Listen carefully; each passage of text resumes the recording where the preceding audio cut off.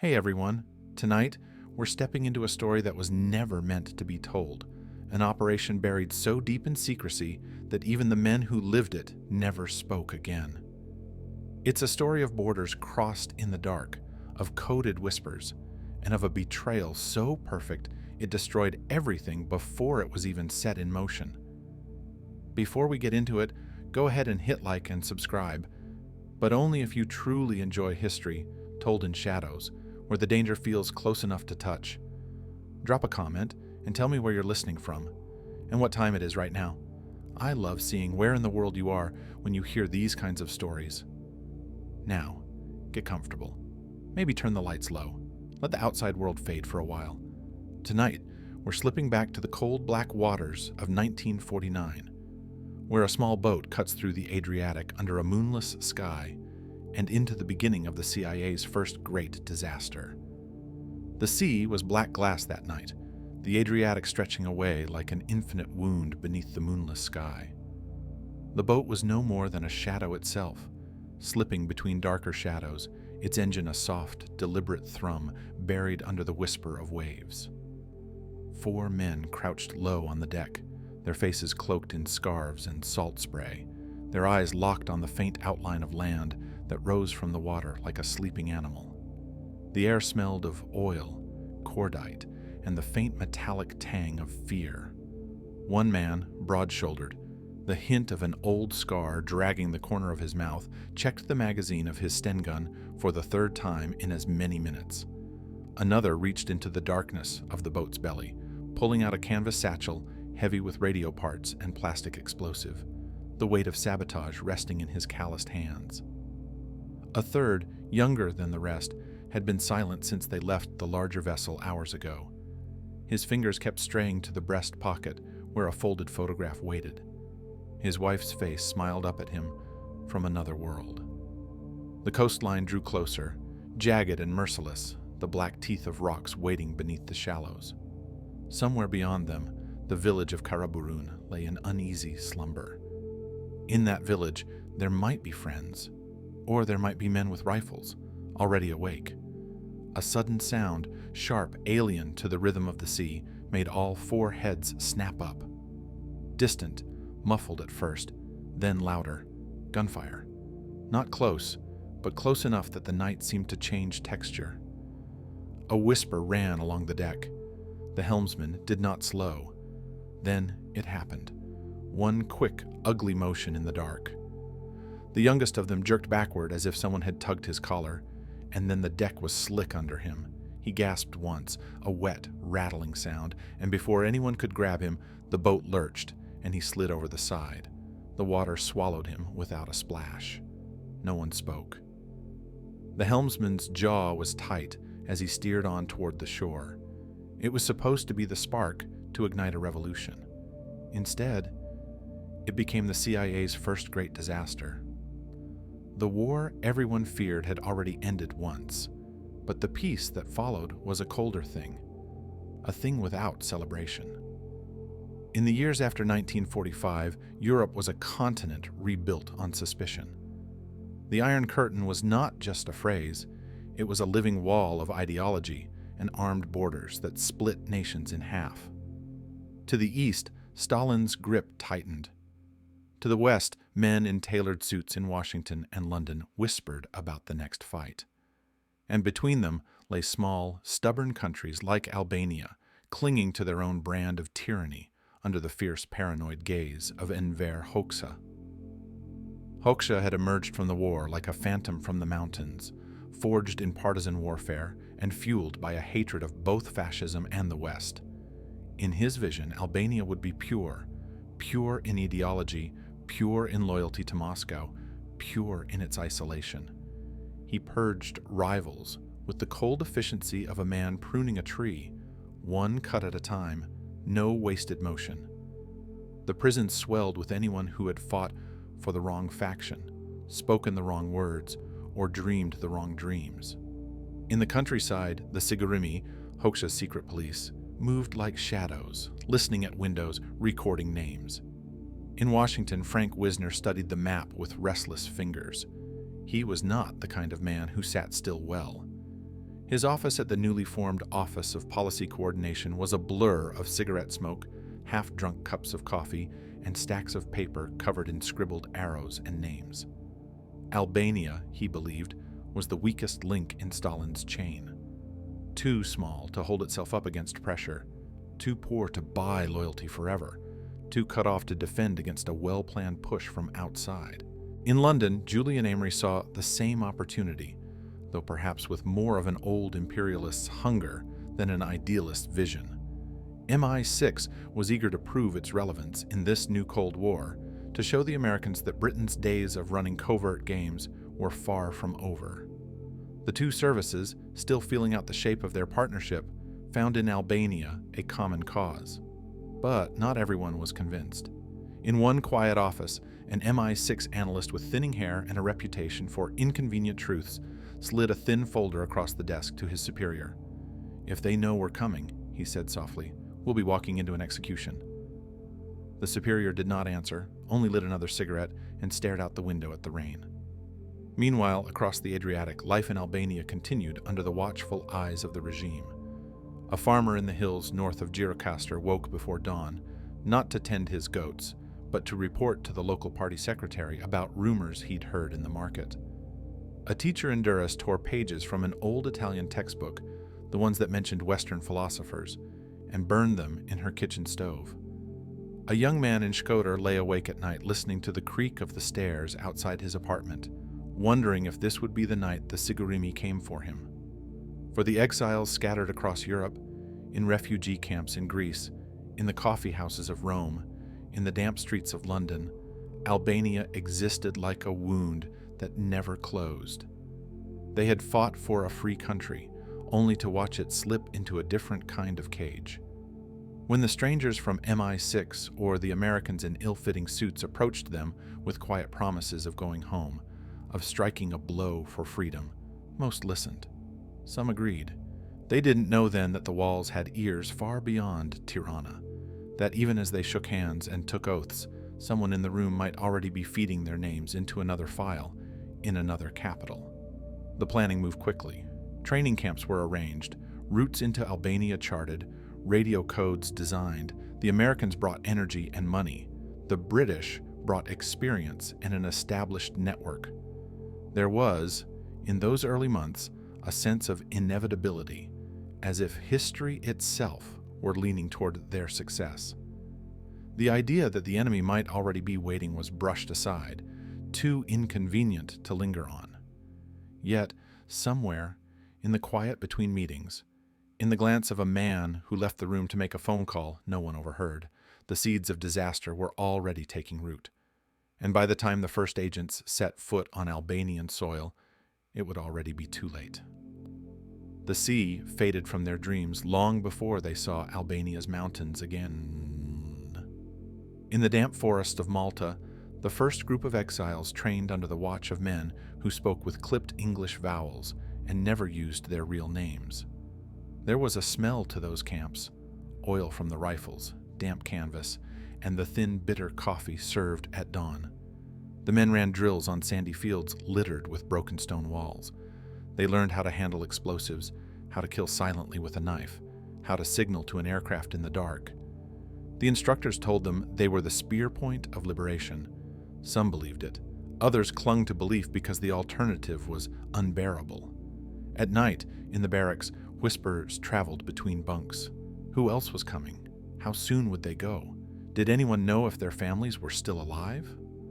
One man, older than the rest, kept a folded scrap of newspaper in his breast pocket, an obituary from the party's paper, with his brother's name among the enemies of the people executed in Tirana. He read it, as others might, a prayer. Frank Wisner visited once, stepping onto the parade ground with the restless stride of a man already thinking about the next operation. He spoke briefly, his southern accent softened by years in Washington corridors, telling them they would be remembered as heroes. He didn't tell them he had argued fiercely with colleagues in Langley about the risk, that he had been warned the British might be too eager, too willing to act without certainty. Julian Amory came too, wearing a crisp khaki shirt and a smile that seemed to belong more to a hunting party than a covert mission. He told them Britain had stood with Albania before, in darker days, and would again. His eyes lingered on the men with strong shoulders, the ones who looked as though they could cross mountains in winter.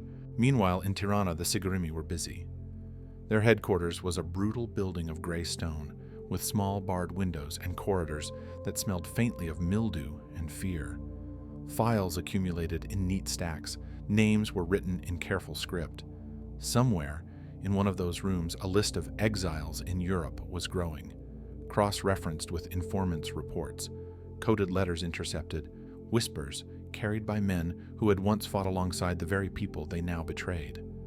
The first seed of betrayal had been planted not in Tirana, but in the smoke-filled cafés of Rome and Athens, where exiled Albanians gathered to drink and dream. The enemy, it turned out, didn't have to force their way in. They only had to listen, buy a few coffees, and make the right promises. Some men sold information for money.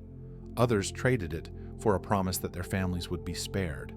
And some, perhaps, simply believed that Hoxha's Albania was still worth defending. The Americans and British were not blind to the danger. In one tense meeting in London, a young MI6 case officer named Richard confronted Amory with a thin dossier. Inside were transcripts of intercepted radio messages, coded but familiar in structure, and a suggestion that someone in the exile network was feeding details to Tirana. Amory dismissed it. "We can't plan operations on the basis of shadows," he said, the cigarette smoke curling around his words. Richard left the room, convinced he had just watched history's door creak open to disaster. The operation's first real insertion was planned for late autumn, when the Adriatic would be rough enough to discourage casual patrols, but not so rough as to drown a small boat. The team would be dropped by night, carry radio gear and enough weapons to arm a small band of partisans, and make contact with local resistance cells. From there, they would fan out, sabotaging infrastructure, spreading anti-regime propaganda, and waiting for the signal that more teams were coming. The men trained harder. They ran with packs until their knees ached. They practiced sending Morse code until they could do it in their sleep. But in the rare moments of stillness, the silence was heavy. Some of them began to notice small oddities, questions from instructors that seemed oddly specific about family members, a new recruit who never seemed to sweat no matter how hard the drills. One night, a man woke to find another standing over him, just watching. When asked why, the watcher smiled faintly and walked away. In Tirana, the Sigurimi prepared too. Border posts were reinforced. Militia units in coastal villages were given new orders: watch the sea at night, report unusual boats, and detain strangers without papers. Radio operators tuned into unusual frequencies, noting bursts of static that might be signals from abroad. And in a locked drawer in the Ministry of the Interior, a copy of the Americans' tentative timetable was placed, delivered by hands the Americans still believed were loyal. On the night of the drop, the Adriatic was a restless thing, the wind sharp and cold. The small boat cut through the waves, its cargo silent, each man swallowed by his own thoughts. In the darkness ahead, the black ridge of Albania rose like a warning.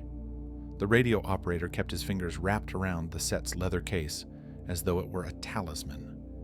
He thought of the stories his father had told him, of crossing mountains with the partisans, of the feeling of fighting for a cause larger than himself. And then, before they even reached the rendezvous, gunfire in the distance, a single figure falling into the sea. The mission splintered before it began. In the days that followed, no one in London or Washington had a clear picture of what had gone wrong. Reports came in garbled, conflicting. One said the team had been captured immediately upon landing. Another claimed they had melted into the hills, awaiting further instructions. And somewhere between those stories lay the truth, that the enemy had known they were coming, had been waiting in the dark, rifles ready. But in those first hours, there was no certainty, only the quiet click of typewriters in dim offices, the smell of stale coffee, and the nagging knowledge that they might have sent good men into a trap from which none would return.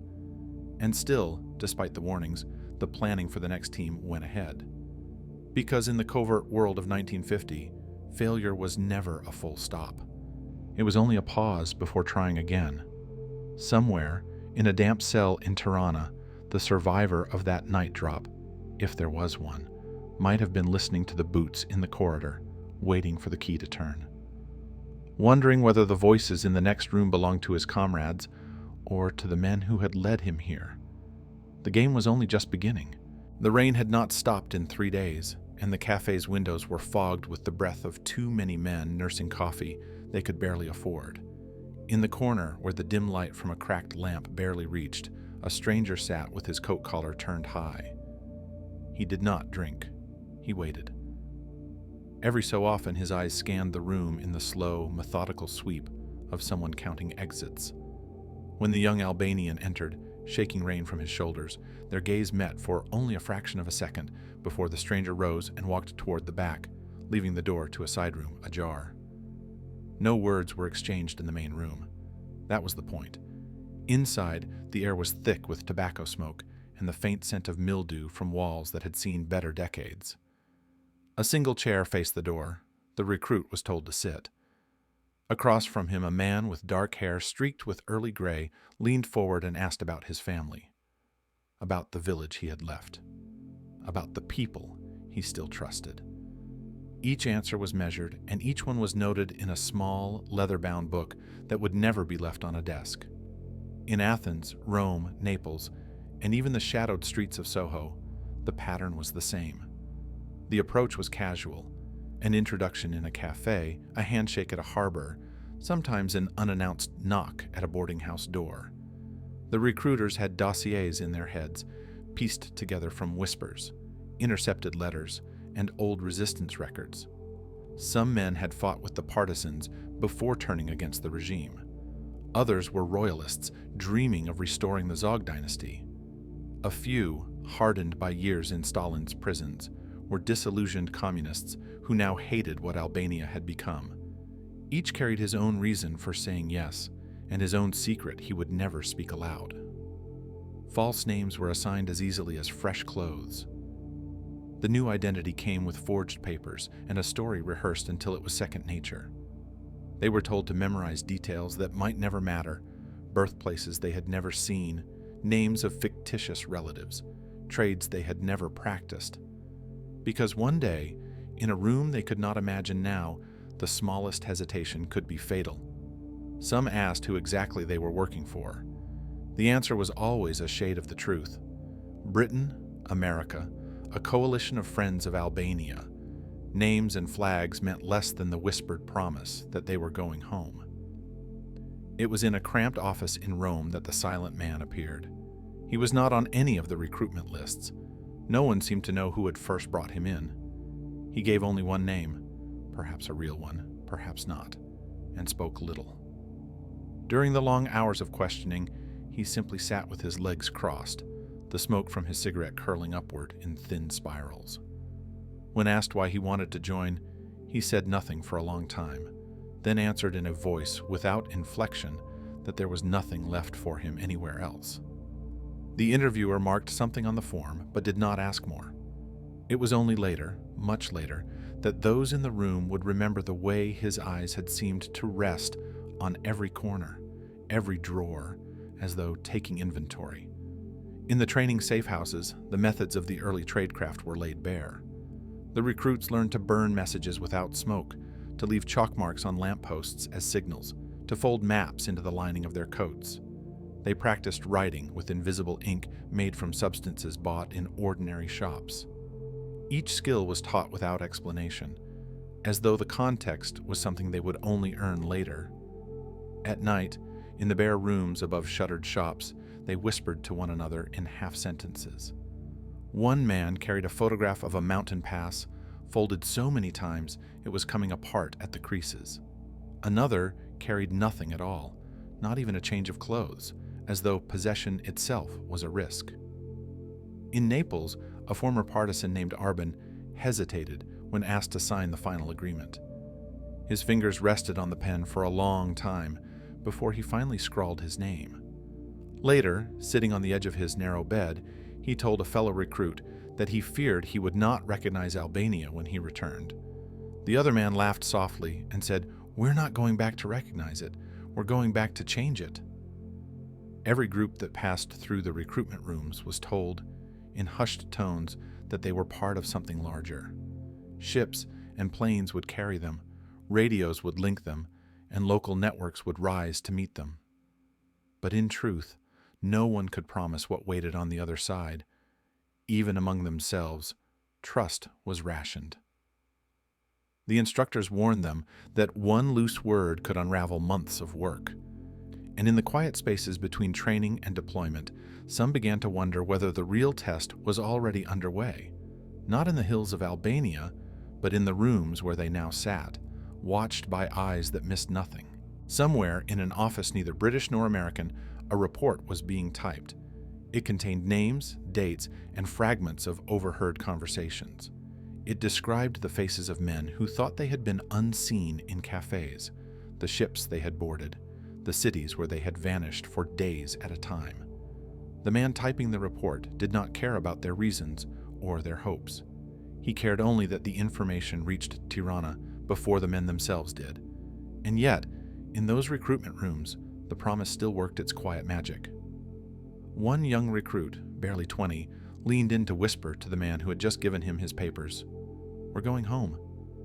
The words were soft, almost reverent, as though saying them too loudly might break the spell. The recruiter nodded without meeting his eyes, and for a moment, even he wanted to believe it. Far away, in a city where winter came early, the Sigurimi officer who would one day read that young man's file closed his ledger for the night. He knew what was coming. He also knew that when the time came, the men who dreamed of liberation would find themselves stepping into a place where every path had already been marked, every shadow already claimed. The game was still in motion, but the board was not theirs to control. And in a small room above a shuttered shop in Naples, the silent man stubbed out his cigarette, picked up his new papers, and left without saying goodbye. The rain in Naples turned to mist in the mornings, hanging low over the harbor and clinging to the stone streets. The recruits learned to move in it, their footsteps soundless on the slick cobblestones, their heads down to avoid drawing the attention of dockside police. By day, they attended language drills, not for learning Albanian, which they all spoke, but for perfecting the accents of regions they had never seen. By night, they worked in pairs, slipping messages beneath the loose stones of old walls, trailing strangers through the alleys without being noticed, and memorizing the faces of men they passed only once. The instructors were a mixture of British and American, though they rarely used names and never spoke openly about their origins. One tall man with the clipped tones of Oxford could strip a radio to its components in minutes and put it back together blindfolded. Another, with a scar that ran from his temple to his jawline, taught them how to make a dead drop in a busy marketplace. "People don't notice what they think they see every day," he told them, pushing a folded paper into the hollow of a loose brick. "The best hiding places are in plain sight." The recruits practiced with British Sten guns and American carbines, but the real focus was silence. They were taught to move through a room without shifting a chair, to slip through a door without the hinges groaning, to break down a rifle in darkness by touch alone. They learned to carry a conversation while scanning every corner of a café, counting the exits without glancing at them. And always there were the tests. A stranger might bump into them in the street, dropping a bundle of papers. The recruit who bent to help was rewarded with praise. The one who ignored it was asked later why he missed an opportunity. A package left on a table in their lodgings might contain nothing, or it might hold a camera they were expected to notice and disable before nightfall. It was not clear to the recruits which of these moments were drills and which were real. Some of them began to suspect each other. A monarchist named Dryton swore that one of the men was asking too many questions about the drop points. A former partisan named Sokol accused another of stealing his forged papers in the night, only to find them returned the next morning with no explanation. They laughed about it over bread and wine, but the laughter was thin. Trust was no longer assumed. It had to be earned in small, cautious increments. The silent man was still there, always on the periphery. He took to sitting by himself during meals, reading newspapers in a language none of the others spoke fluently. No one could say if he was avoiding them or observing them. Once, during a map exercise, he traced his finger along the coast of Albania and paused on a small inlet. When asked why, he simply said it was a good place to land, but his tone made it sound less like a suggestion and more like a memory. In the second month of training, a new instructor arrived from London. He carried with him a stack of sealed envelopes, each containing a personal letter addressed to one of the recruits. Most tore theirs open immediately, scanning for news from family or friends. But one envelope remained unopened. Its owner, a man named Ilir, slipped it into his coat pocket and walked out without explanation. That night, he did not return to the safe house. The next morning, his bunk was empty, his belongings gone. The instructors did not mention him again, and the recruits learned not to ask. It was in these weeks that the first real whispers of betrayal surfaced. In a small radio room above a fishmonger's shop, one of the instructors intercepted a transmission, not from their own network, but from a signal traced to across the Adriatic. The voice on the other end was speaking in code, but the cadence was Albanian. When the message was decrypted, it contained the names of 3 men in training. None of the instructors admitted it openly, but the implication was clear. Someone inside their ranks was talking to Tirana. They doubled the counterintelligence drills. Every recruit was shadowed without their knowledge. Meals were eaten in silence, and the easy camaraderie of the early days dissolved into watchfulness. The instructors began to change meeting locations without warning, and sometimes they called a man to a room only to leave him waiting for hours, just to see if he would wander. One rainy night, the silent man failed to return from a field exercise. His absence drew little comment. After Ilir's disappearance, such things were no longer unexpected. But the next morning, his bunk was made, his belongings gone, and in the pocket of his coat, left neatly on the bed, was a single Albanian coin. The instructors said nothing. The training continued, but the recruits now moved with the unspoken knowledge that the enemy was not only across the water, it might be sitting beside them at the table. The final stage of preparation took them to an isolated farmhouse outside Brindisi. There, they practiced night drops from low-flying planes, the wind tearing at their clothes as they leapt into the darkness, trusting the earth to be where it should when they landed. They rehearsed radio transmissions under timed pressure, sending coded bursts before moving locations to avoid detection. They packed and unpacked their gear until they could do it in complete darkness. One evening, after a particularly grueling day of drills, Arben, the man who had once hesitated to sign, sat by the farmhouse window, staring out into the olive groves. "What if," he asked quietly, "we're walking into something we don't understand?" No one answered. The others pretended not to hear, but the question lingered in the air long after the room had gone dark. As the deployment date approached, the atmosphere shifted. Instructions became more precise, more urgent. The recruits were told where they would land, who would meet them, what signals to look for. They were given small vials of poison and told, with no trace of humor, that it was better to use them than to be taken alive. On the final night before departure, they gathered in the farmhouse cellar. Each man received his final packet: papers, money, a radio crystal tuned to a specific frequency. One by one, they signed a single sheet of paper. No one said what it was for, and pressed their thumbprint beside their name. Outside, the wind was picking up, carrying with it the smell of the sea. Somewhere in the darkness, a car engine started.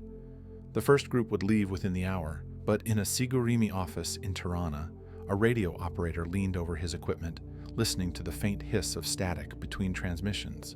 Then, clear as a whisper in his ear, a coded burst arrived.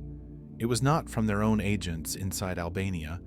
It was from across the Adriatic, and it carried a list, a very specific list. The operator smiled, reached for his pen, and began to write. The first infiltration was still days away, but the men were already living in the tension of it, every hour stretching tight with the anticipation of what they could not yet see. From Brindisi, they were scattered. Some ferried south under assumed identities to Malta, others flown east under false orders to Cyprus, a few sent north to the forests of Bavaria. The separation was deliberate. None would know the full scope of the plan, and each camp had its own specialty, its own grueling discipline to carve them into the kind of operatives who could disappear into occupied territory and come back breathing. In Malta, the air tasted of salt and diesel, and the men drilled until their arms shook. They practiced with explosives in the scorched limestone hills, setting charges along rusted rail lines and learning to vanish before the echo of the blast had died. The instructors forced them to run through the exercises again and again, not until they were correct, but until mistakes became impossible. On the far side of the island, they trained at sea, boarding small craft from the water in silence, slipping over gunwales without rocking the hull, working in the black hours before dawn until every movement was second nature. In Cyprus, the focus was on radios and codes. The recruits spent long nights hunched over battered transmitters, sending short bursts of encrypted messages in the narrow window before enemy triangulation could find them. They learned to vary their times, to shift frequencies, to make their signals appear to come from somewhere else entirely. Instructors stood behind them, silent, except for the occasional correction, and the men could feel their eyes on the back of their necks, like a weight. In one drill, a recruit named Petrit failed to change location after a transmission. Within 30 minutes, 2 jeeps pulled up outside the mock safe house, and he was dragged into a windowless room for 6 hours of simulated interrogation. When he emerged, pale and sweating, he spoke less than before, and when he did, his words were measured, careful. Bavaria was different. Cold seeped through every layer of clothing, and the snow swallowed sound. Here, the recruits learned to live off the land, to keep moving through forests without leaving a trace, to take apart bridges and supply lines without being seen.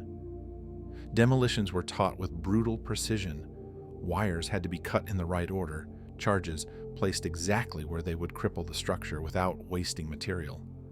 The men were pushed until their hands were raw and their breath froze in their beards, until the difference between success and death was no longer a concept, but something they felt in their bones. The training was relentless, but so was the pressure from far away. In London, the air in the conference rooms was thick with cigarette smoke and urgency. Reports from Albania were grim: executions of dissidents, mass arrests, borders tightened. In Washington, the same urgency took on a harder edge. Committees demanded progress, demanded proof that the new operations branch could deliver a blow to the communist bloc. Time, they said, was running out. The men in the field could not hear those voices, but they felt them in the way the instructors spoke, in the orders to cut training times, to prepare for insertion sooner than planned. One night in Cyprus, after a day spent sending coded bursts into the void, a young recruit named Leka sat at a desk in the corner of the barracks, writing by the dim light of a desk lamp. The others slept, or pretended to, but Leka's pen scratched across the paper in slow, careful lines. He wrote to his mother, telling her about the island without naming it, about the sound of the sea at night, about how he had not forgotten the shape of her hands when she worked bread dough on the kitchen table. He did not write about the poison vial he carried now, or about the fact that he might never see her again. When the letter was finished, he folded it neatly, slid it into an envelope, and placed it inside his jacket. In the morning, he left it in the bottom of his rucksack. It would never be posted. The days blurred. The men learned to strip and clean weapons they had never used before, to plant a shaped charge under the axle of a moving truck, to open a locked door with wire and patience. They practiced blending into markets, memorizing the rhythms of street life until they could move among strangers as if they had always been there. They learned that paranoia was a skill as much as a burden. Every shadow might be a tale, every casual question a probe. And always, at the edges of the camps, there were watchers. The recruits could not tell if they were instructors or spies, or both. In Malta, an exercise went wrong. A timed charge detonated early, throwing 2 men to the ground and shredding one's arm. The medics arrived quickly, but the injured man was gone by morning. Evacuated, they were told. No one saw him again. The incident was logged as an accident, but a murmur passed through the ranks that perhaps it had been sabotage. No one asked openly. The instructors rarely spoke about the mission ahead, but the shape of it grew clearer in fragments. They would land in small teams, each assigned to a different region. They would make contact with resistance elements, distribute weapons, gather intelligence. They would operate alone for weeks, maybe months, before extraction. Success would ignite unrest. Failure would end in silence. In Bavaria, on a frozen night under a sky so clear it seemed brittle, the recruits ran a final exercise, blowing a bridge on a mock supply route, where they moved in pairs, planting charges, covering each other's retreat. At the signal, the explosions rolled down the valley in a chain of thunder, and for a moment, they could almost believe in the war they were preparing for. But as the echo faded, a thought settled like the snow around them. The war they were training to fight might not exist in the way they imagined. One of the older instructors, a man with eyes like weathered stone, said as much the next morning. "Wars like this don't have fronts. You don't get to see the enemy lined up across a field. You won't even know when the killing starts." He paused, looking at each man in turn. "And you may not see it end." The men said nothing. They shouldered their packs, boarded trucks, and left the camp behind. The next time they gathered, it would not be for training. It would be for the real thing, whatever that meant, whatever it cost. The sea was calm that night, unnervingly calm, as though it too was holding its breath. The boat moved like a shadow along the Albanian coast, its engine muffled, the black outline of the mountains rising in the distance like a wall. Salt spray clung to the men's faces, but they barely noticed. Their hands were locked on their weapons, their eyes fixed on the darkness ahead. The coastline was a smear of deeper black against the horizon, the faintest glimmer of a village's lights, hidden deep inland. No one spoke. The only sounds were the churn of the propeller and the distant groan of the sea against rocks. The drop point was near a small inlet known to fishermen, a place where cliffs broke just enough to form a natural landing. The plan was simple: land, make contact with local allies, vanish into the hills before sunrise. They reached the inlet just before midnight. The men slipped into the water, boots hitting the pebbled shore in silence. The boat peeled away into the dark, leaving them with the hollow sound of waves at their backs. Somewhere in the distance, a dog barked. The air smelled of wood smoke and pine. A figure emerged from the shadows near the tree line, a man in a wool cap carrying a lantern shaded to throw light downward.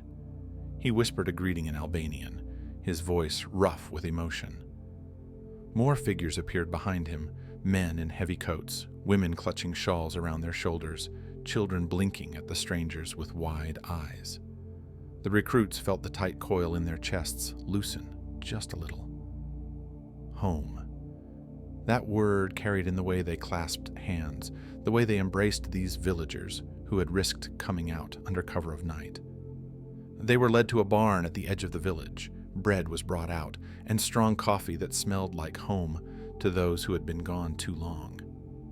The warmth was intoxicating after the cold journey, and for a moment they believed this was the first step towards something real. A resistance sparked, a foothold gained. But at the far edge of the field, just beyond the reach of the lantern light, there were other figures. They stood motionless among the trees, silhouettes framed by the pale starlight, watching, waiting. The villagers did not glance their way, as if the darkness there was part of the night itself. But one of the recruits noticed, and his stomach turned to stone. By dawn, the men were moving inland with their guides, climbing narrow goat paths toward a safe house in the hills. The cold was sharper here, the air thinner. It was less than 2 days later, before they could even send their first coded signal, that the knock came at the door. It wasn't loud, just a polite tap, followed by the sound of boots in the yard. The door splintered inward before anyone could answer. Men in dark coats poured in, weapons raised. The recruits fought, but the space was too tight, the shock too fast. One was shot before he could reach the window. Another went down under a rifle butt, his vision exploding with white light. The last thing they heard before the sacks went over their heads was the click of a radio being switched on. In the days that followed, their radios continued to transmit short bursts of familiar codes, perfectly in character, reassuring their handlers that all was well. In London and Washington, these were read as signs of success. More supplies were prepared. More men were briefed. No one realized that the transmitters were now in the hands of the Sigurimi, Albania's secret police. They sent what the Americans and British wanted to hear, each message a lure, each signal a thread in the trap they were weaving. In the cellars of a Sigurimi compound, the captured men were separated and questioned. The interrogators did not shout. They spoke with the calm certainty of men who already knew the answers. The questions were almost polite, as if the captives were expected to eventually agree with them. Outside, in the yard, trucks idled at dawn. Somewhere in the city, a secure room was filling with the crackle of incoming radio transmissions, each one drawing another team closer to the same fate. The Americans were eager. They saw the reports, heard the successes, and decided the window was open. Another team was readied, new faces, fresh equipment, the same quiet confidence. None of them knew that the ground they would land on had already been mapped, that every path they would take was marked, and that the people who would greet them had already rehearsed their lines. Somewhere in Tirana, a Sigurimi officer folded the latest intercepted orders into a file, smiled faintly, and set it aside for morning. The trap was ready, and the wolves were waiting. In the basement offices of the Sigurimi headquarters in Tirana, the air was thick with the tang of cigarette smoke and damp concrete. Files lay stacked in neat columns, each one marked with the code name of an operation the West believed was unfolding on its own terms. A Soviet liaison officer, pale and angular, leaned over the shoulder of an Albanian signals man, nodding approvingly as the latest all clear burst out over the airwaves in perfect cipher. The message was short, almost casual, exactly the kind of transmission that reassured London that the infiltration was going according to plan. The Soviets called it a textbook exploitation. The Albanians called it justice. They were meticulous. Maps were unrolled across tables, every goat trail and coastal inlet inked in with precision. Villages were marked in red for loyalty to the party, in gray for those under suspicion, in black for those whose silence had already been bought or beaten into them. The officer in charge, a broad-shouldered man named Hevdet, tapped the location of the next expected drop. His voice was low but certain as he instructed his men to prepare not only the reception, but the stagecraft. A warm welcome, bread and raki for the newcomers, and a carefully timed suggestion to move inland, straight into the cordon that would be waiting 2 nights later. In London, the cables from the field were passed from desk to desk with something close to quiet triumph. After months of arguing for aggressive action, the reports from Albania were proof that infiltration was possible. Frank Wisner read the decrypted signals in Washington with the same satisfaction. The CIA's fledgling covert wing needed a win, and here was the proof. Contacts in place, messages flowing, no signs of compromise. There were dissenting voices, of course. One British analyst, known for his bluntness, scribbled a warning in the margin of a report. If these men are under duress, every signal is poison. His note was ignored in the rush to act. In a safe house in Naples, the second team waited for orders. They were younger than the first group, some barely out of their teens, though all had lived the war in their own way. Refugees, resistance fighters, smugglers turned soldiers. They had been told the men ahead of them had secured the coast, that the landing would be safe. One of them, a wiry man with deep-set eyes, sat on his bunk reading a small scrap of paper over and over. It was a blessing, written by his mother before she died in a camp. He folded it carefully into the lining of his jacket. Across the room, another man was quietly dismantling and reassembling his pistol, the rhythm of the motions a way to silence his unease. On the night of departure, the air over the Mediterranean was cold enough to bite through their coats. The boat that would carry them was small, low in the water, the crew silent as they cast off from the dock. The coastline fell away into darkness, and the men huddled under tarps, the salt spray mixing with the metallic taste of anticipation. One of them tried to sleep, but every time his eyes closed, he saw his village as it had been years ago: whitewashed walls, the smell of baking bread, and the distant clang of the blacksmith's hammer. Back in Tirana, Shevdet stood at the window of a darkened office, watching the courtyard below where a squad of men in heavy coats waited beside their trucks. They would move to the drop site within the hour, taking the long, unlit road through the hills. His Soviet counterpart joined him at the glass, offering a single comment in Russian. "They believe they are coming to light the fire. We will be the ones to burn the wood." Miles away, the second infiltration team's boat nosed toward the invisible line of the Albanian coast. Somewhere ahead, lights would appear, a flicker of welcome in the blackness. The men shifted their packs, hands tightening on the straps, hearts pounding in time with the muted thrum of the engine. The drop point was minutes away. They did not know that eyes were already watching from the shore, that the path before them was nothing but a carefully laid snare. The prow cut through the last wave, and the first of the rocks came into view. And in that moment, the trap's jaws began to close. The scream was brief, muffled by the thick night air, and then it was swallowed by the stillness of the Albanian hills. In the aftermath, only the soft shuffle of boots and the cold snap of metal on metal remained, the sounds of men gathering their captives. One of the young infiltrators, his wrists bound, face pressed into the icy soil, heard a voice speaking calmly in Albanian, almost gently, as if giving instructions to a guest. He didn't understand until the butt of a rifle dug into his ribs and forced him to his feet. They were marched in silence, the black silhouettes of their captors moving like shadows between the skeletal trees. Not one of them tried to speak. The lesson was already carved into the air. Silence was survival, at least for now. By dawn, another team was gone, swallowed whole by the same invisible jaws that had claimed the first.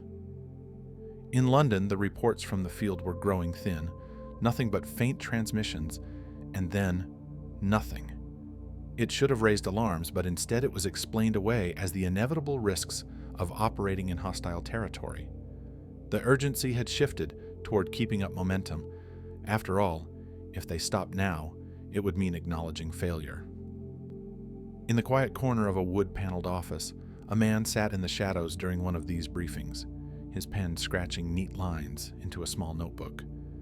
His expression was unreadable, his gaze moving from speaker to speaker. When a map was rolled out and landing points discussed, his hand moved almost imperceptibly, marking the coordinates in shorthand and only he understood. Philby did not have to be present for every meeting to know the pulse of the operation. The web of relationships he had woven over years inside MI6 ensured that every whisper, every unguarded word found its way to him.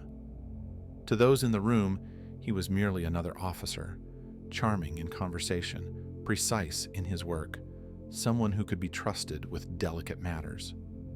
No one could see the other face, the one turned toward Moscow.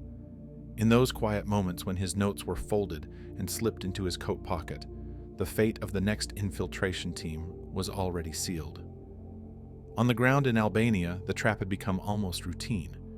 The Sigurimi, working hand in hand with their Soviet advisors, had perfected the rhythm: intercept the landing, capture the men, extract whatever information was useful, then feed London just enough false confidence to prepare the next drop. One winter night, the plan unfolded with mechanical precision. The infiltrators had landed in what they thought was friendly territory, greeted by villagers who offered bread and warmth by the fire. In truth, those villagers had been instructed in every gesture, every word, rehearsed like actors until their hospitality seemed natural. At first light, the agents were led toward a supposed safe path inland. The snow in the forest was deep, and the men's boots sank into it with a slow, crunching rhythm.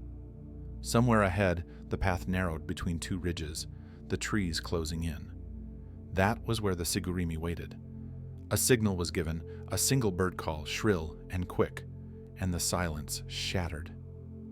Men in heavy coats stepped out from behind the trees, rifles raised, their barrels glinting in the pale light.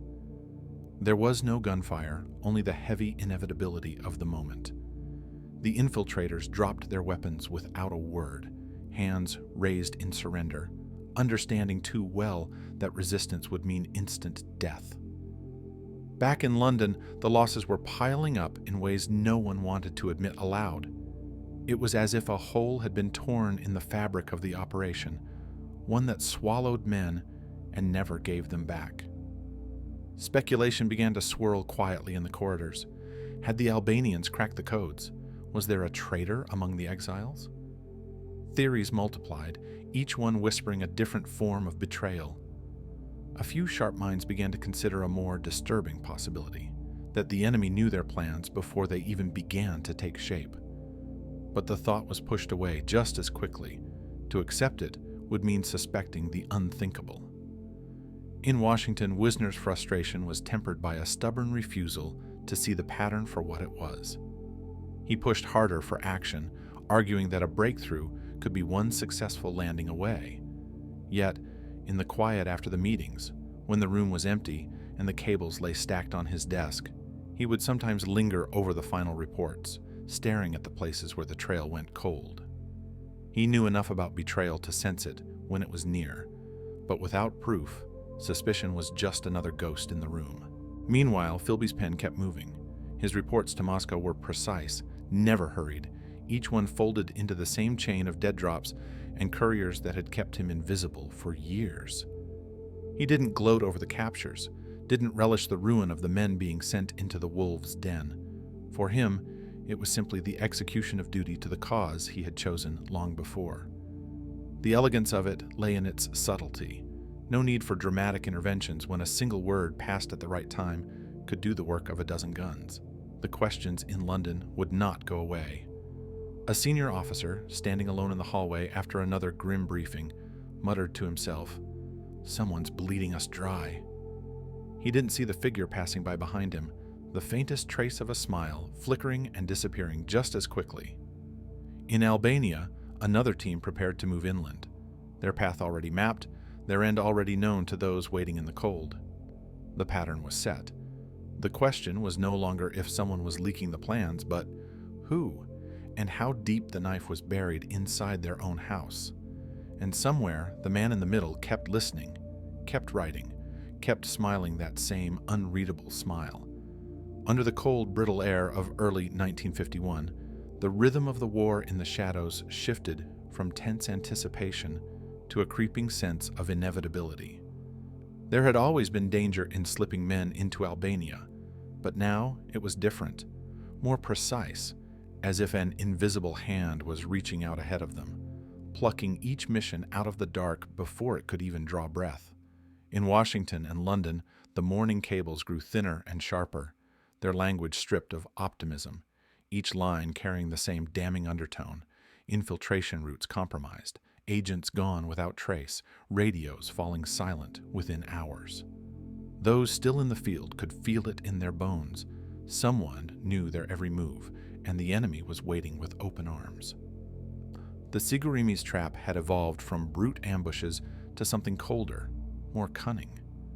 In the hills and valleys of the north, word began to travel among exiles and sympathizers that a true resistance was building inside Albania, one that was desperate for contact with the outside.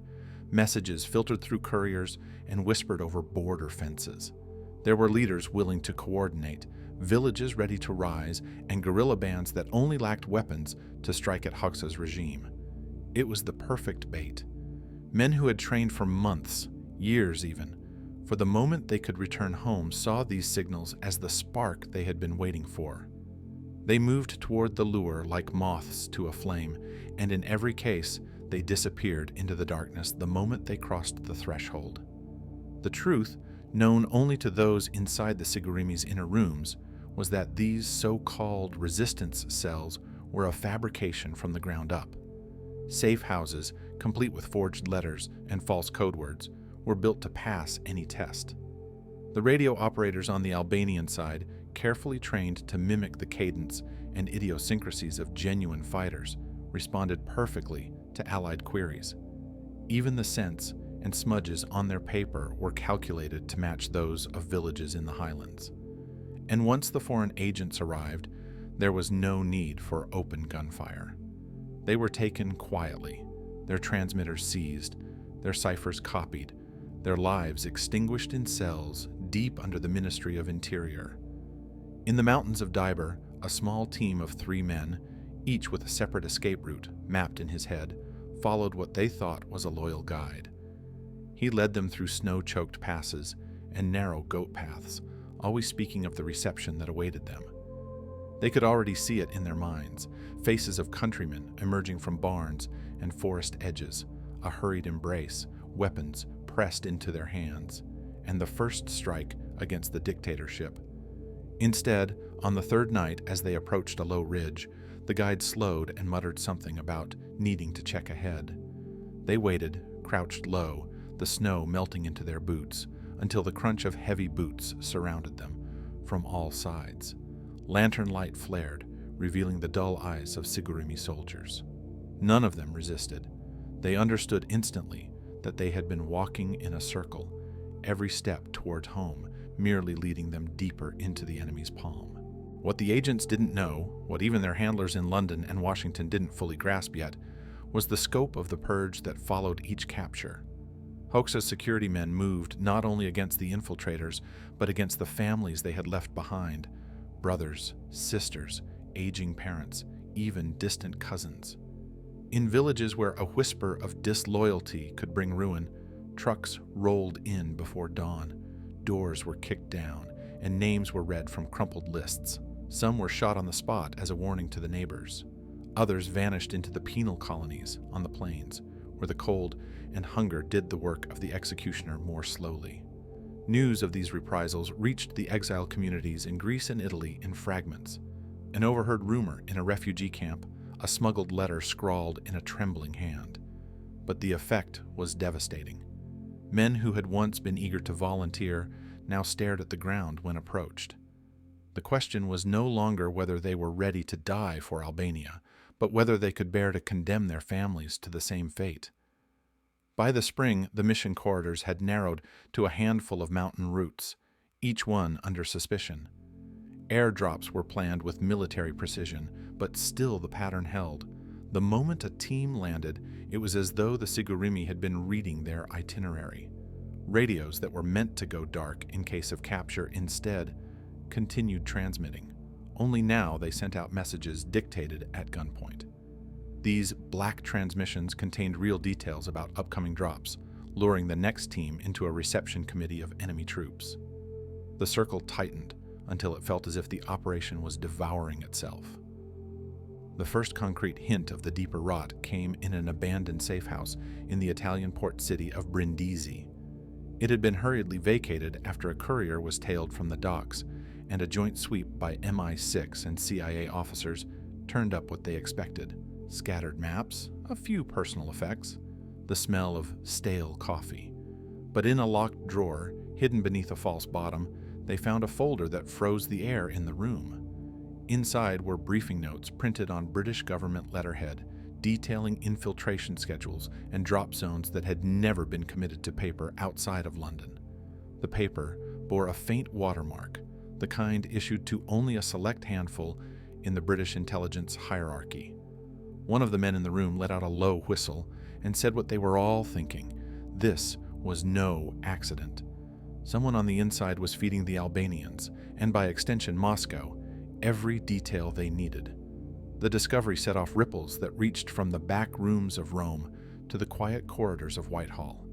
Lists of potential leaks were drawn up, names passed back and forth under layers of code. Every conversation became an exercise in concealment, every face a possible mask. The Americans pressed the British for answers. The British closed ranks and insisted that the problem might just as well lie across the Atlantic.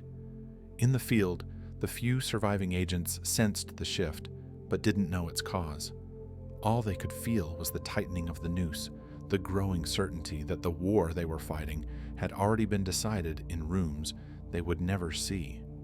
It began to feel less like a war and more like a ritual, an unchanging, grim repetition that played out in the same sequence every time. The years 1952 through 1954 became a blur of names, faces, and operations that all ended the same way. A few brave men would agree to go in. The plans would be drawn up with meticulous care, the drop zones chosen for their supposed secrecy. And yet the moment their boots touched Albanian soil, the Sigurimi's shadow closed over them. Sometimes the silence came within hours, sometimes after a single coded transmission, but it always came. The handlers stopped expecting good news. Now they only waited for the absence of it, knowing that within that silence lay the unmarked graves of men who had once been full of purpose.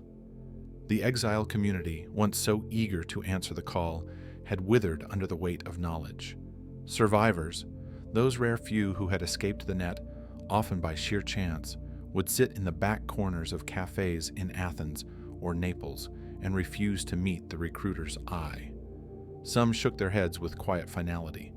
Others grew angry, accusing the organizers of sending men into the meat grinder for nothing. They spoke in low, bitter tones of friends who had gone in and never come back, of families erased in reprisal, of promises made in London and Washington that now sounded hollow. There were still volunteers, but they were fewer, and often they were young enough not to have seen the worst of it firsthand. Those who had been in the game longest knew that no amount of courage could fight a war where the enemy already knew your every move before you made it. One night in late autumn, in a cramped room above a dingy bar in Bari, a small team gathered for what they all understood would be their last drink before departure. The operation ahead of them had been dressed up as decisive, a chance to strike a meaningful blow, but in their eyes there was only the grim acceptance of what lay ahead. The air was thick with cigarette smoke, the table sticky with spilled liquor, but no one cared. They spoke in short bursts, half jokes meant to keep the silence at bay, their words trailing into thoughts unspoken. One man, the youngest of the group, raised his glass and tried to smile, saying simply, "To home," and the others clinked their glasses without enthusiasm, each lost in the private knowledge that they might never see it again. The liquor burned, the laughter was forced, and when the night ended, they walked out into the cold air without looking back. In London, the same pattern was playing out in meeting rooms lined with heavy curtains, where the maps on the table were marked with red pins that told a story nobody wanted to read aloud. For years, the Americans had pressed their British counterparts for answers about the leaks, each failure sharpening the suspicion that the betrayal was coming from the very heart of the operation. The British, bound by their own code of secrecy, had always deflected, suggesting that the breaches might be the work of double agents in the field, rogue couriers, or lapses in security overseas. But privately, inside the most guarded offices, they had begun to close in on a name. The revelation did not come with a dramatic confession or a single piece of irrefutable evidence. It came slowly, through the painstaking accumulation of detail, cables that had been compromised almost immediately after being written, meeting notes that had appeared verbatim in intercepted Soviet traffic, operational schedules in Albanian hands that matched exactly those sent from London. The web pointed to one man, a senior MI6 liaison whose role had been to coordinate with the Americans on every aspect of the Albanian operations. His name was Kim Philby. To most, he was the embodiment of the polished, dependable British intelligence officer, charming, precise, and untouchable. But the truth, when it could no longer be ignored, was devastating. From the beginning, Philby had been feeding Moscow every detail of the operation, ensuring that no mission had a chance to succeed. The Sigurimi hadn't just been lucky or efficient. They had been reading from the same playbook as the men trying to overthrow them. The shock of it rippled outward like a detonation. In Washington, there was anger and disbelief, followed by the sickening realization of just how long the betrayal had been going on. In the field, for those who had lost friends and brothers to missions that had never stood a chance, the revelation landed like a physical blow. The enemy had not been only across the border. He had been in the room, sitting at the table, nodding along, pouring drinks, and promising victory while quietly delivering every hope into the hands of those they feared most. And for the men who were already gone, there would be no justice, only the bitter truth that they had been led to their deaths not by misfortune, but by design. It ended without ceremony, without the speeches or admissions that the dead deserved. There was no cable announcing the shutdown, no formal acknowledgement that the operation was over. One day, the phones that had once rung with urgent updates fell silent, the coded traffic ceased, and the meetings stopped being scheduled. In Langley, the files were moved to a drawer marked with a bland label and a classification stamp, the sort that would ensure they would not see daylight for decades. Those who had once championed the mission simply stopped speaking of it, as though erasing its name could erase its consequences. In London, the closure was even quieter. MI6 did not issue any order that could be traced. Officers who had been assigned to the project found themselves reassigned, their new postings handed to them without explanation. Some were sent abroad under fresh cover, others buried in bureaucratic roles far from fieldwork. It was understood without being said, this was a subject to be left untouched, a failure too profound and too embarrassing to dissect openly. Those who pressed for answers received only polite deflections, followed by a cool reminder of the Official Secrets Act. The shame was sealed behind the same walls that had once protected the operation, now serving as its tomb. For the survivors, men who had made it back from the edge, often carrying physical and invisible scars, there was no closure, only the slow erosion of their place in the story. In the exiled cafés of Athens, Bari, and London, they became older men at corner tables, their voices growing softer with each year. They rarely spoke of Albania anymore. The faces of their comrades came to them in dreams, in half-remembered laughter, and in the moments just before waking, when the mind forgets which world is the real one. Some still believed that the cause had been worth it, even if the execution had been doomed. Others carried only bitterness, convinced they had been used and discarded. A few vanished entirely, slipping away to small towns where no one knew their history, as if anonymity could erase the weight of survival. The Albanian government, flush with the victory it never officially admitted to, went on as before, the Sigurimi growing even more entrenched, its legend bolstered by the quiet knowledge of how completely it had outplayed the West. The propaganda did not mention the scale of the betrayal, but the results spoke for themselves. There had been no uprising, no foreign-backed insurrection, only a string of captured infiltrators whose confessions filled locked archives in Tirana.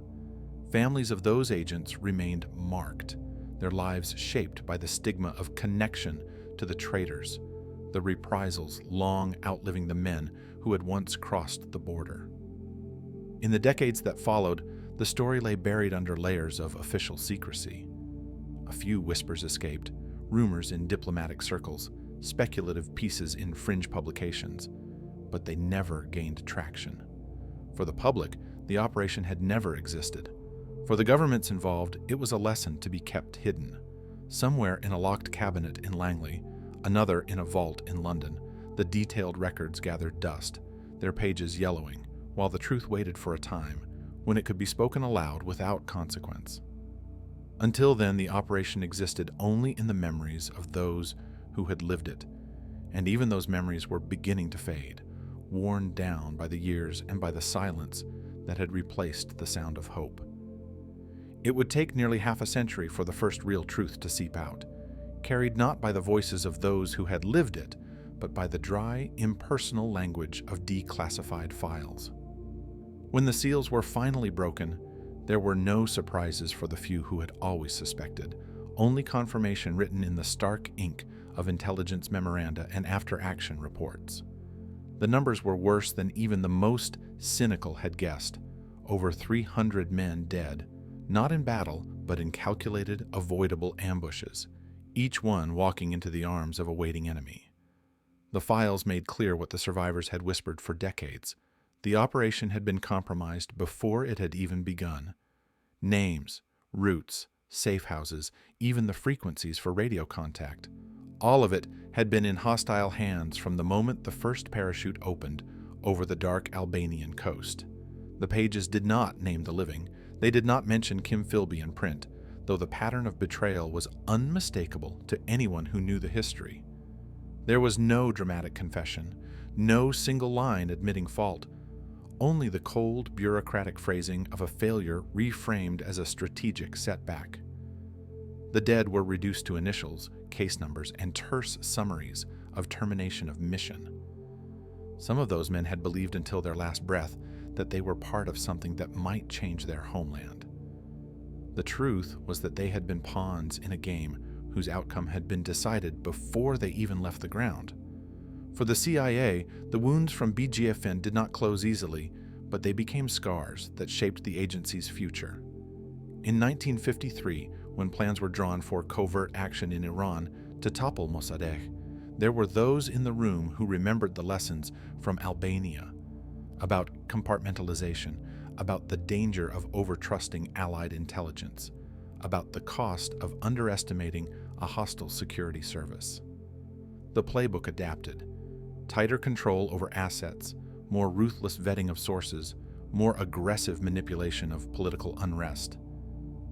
A year later in Guatemala, those same lessons fed into the orchestration of Operation PB Success, a campaign that, at least on paper, succeeded where Albania had failed, though the human cost would echo for decades. And yet, the shadow of BGFIEND was still there, lurking in the margins of every covert plan. When the Bay of Pigs invasion was conceived in 1961, some veterans of the earlier operation warned of the dangers of relying on wishful thinking, of trusting too much in the will of an oppressed people to rise without proof they were ready. But the same mixture of political urgency and intelligence optimism prevailed, and history repeated itself in a different hemisphere. The ghosts of the men who had died in the Albanian mountains might as well have been standing on the Cuban beaches, watching another plane unravel under fire.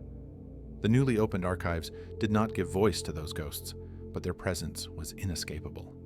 As researchers combed through the pages, a picture emerged of an era when ideology and fear had driven men to extraordinary risks, when governments had treated lives as expendable in pursuit of an invisible victory. In one margin, a handwritten note from an unknown officer captured something that the official language never dared to admit. "We sent them to die. We knew." It was not signed. Even now the questions linger. If this was the first, how many others ended the same way? How many names are buried in sealed files?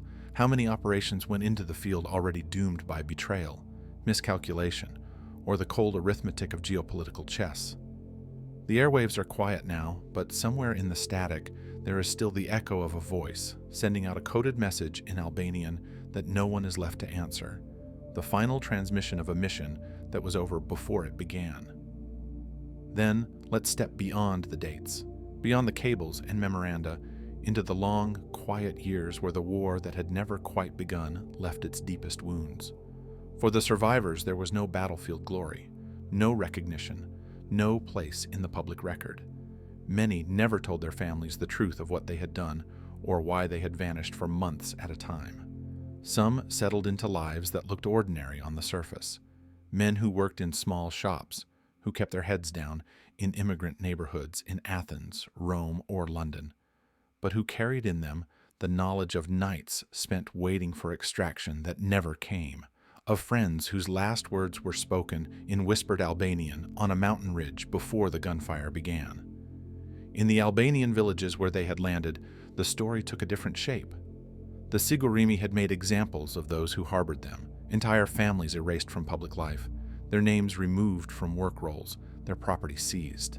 In the oral histories passed quietly among the older generation, there were still tales of strangers who had come in the night, speaking the language of the old country, but carrying weapons and radios, strangers who had eaten at the family table and then disappeared, leaving only the knock at the door from the secret police.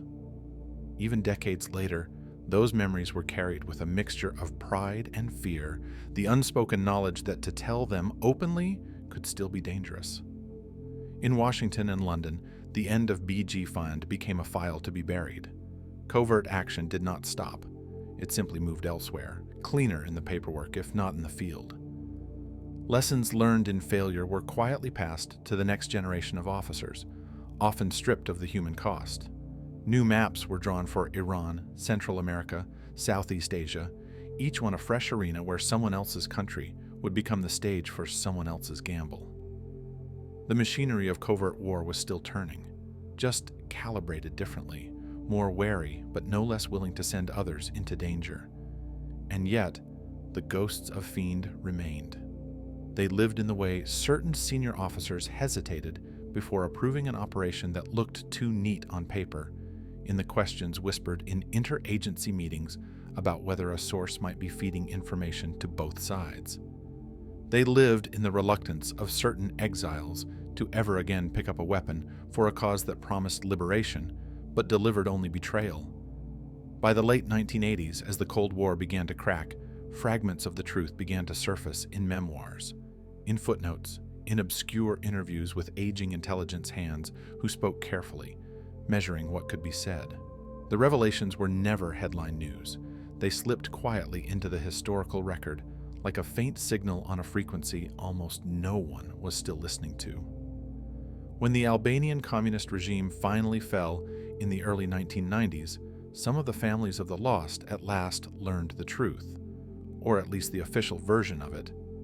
For others, the years had blurred the details until only the absence remained. It is easy, in hindsight, to see BGFIEND as an early misstep, a rough draft in the long manual of Cold War covert action. But to those who lived it, it was not an experiment. It was the only war they would ever fight, a war that left no monuments, no medals, only the knowledge that the enemy had been waiting for them before they even set out.